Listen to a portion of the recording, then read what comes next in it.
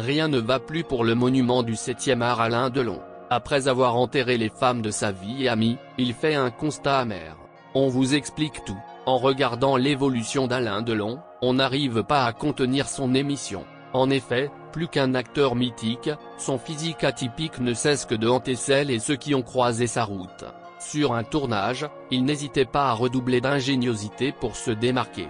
Si vous voulez en avoir le cœur net, on vous invite à lire cette anecdote. Ce moment où il tente de tenir tête à Jean Gabin ainsi qu'à Lino Ventura ne peut laisser personne indifférent. En ce qui concerne la gent féminine, on a du mal à citer toutes ses conquêtes.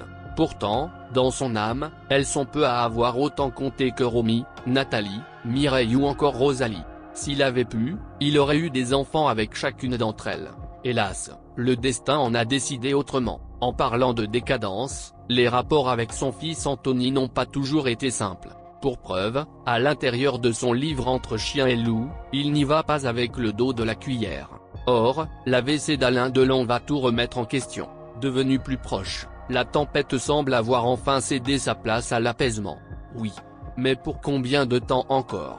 Au début des années 70, Alain Delon enchaîne les films à la vitesse de la lumière. En coulisses, sa compagne de l'époque Mireille Darc décide de mettre sa carrière entre parenthèses. Comme pour se sentir importante dans les yeux de l'homme qu'elle aime, elle s'occupe de la construction et décoration de leur havre de paix. Surnommée Douchy par une poignée de convives triés sur le volet, la résidence secondaire de l'acteur est le seul endroit où il peut souffler. Ce n'est pas un hasard s'il décide de s'y rendre plusieurs fois par an puisqu'elle possède tous les ingrédients de la zen attitude. Perdu en pleine nature, au moins, les paparazzi n'auront pas accès. Interrogé par la presse, Anthony Delon ne souhaite pas s'étendre sur la santé de son illustre géniteur. Par contre, Michel Drucker accepte d'en révéler un peu plus. Je sais qu'il a repris du poil de la bête. Hélas, la disparition de Belmondo l'a beaucoup assommé. D'ailleurs, la dernière fois que je l'ai vu, c'était à ses obsèques.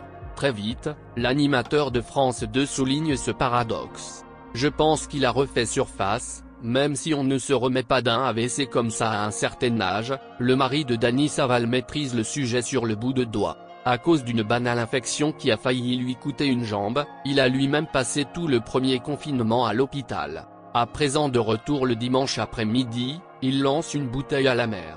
S'il est en forme, il est le bienvenu dans mon émission parce que j'ai un bon rapport avec lui. Nostalgique d'une certaine période, il persiste et signe. Avec Brigitte Bardot, c'est le dernier grand. Après nous avoir raconté que Cupidon lui a fait vivre une belle histoire d'amour avec une infirmière, Alain Delon tire les conséquences de son pépin sanitaire. Je me sens plutôt bien même si je suis fatigué et que je marche avec une canne. Très vite, le masque des mauvais jours revient au galop. Effrayé par ce qu'il attend au tournant, il précise à ses fans de ne pas se faire de faux espoirs. Ce n'est pas demain la veille qu'on le verra sur le devant de la scène. Dithyrambique, son verdict est son appel.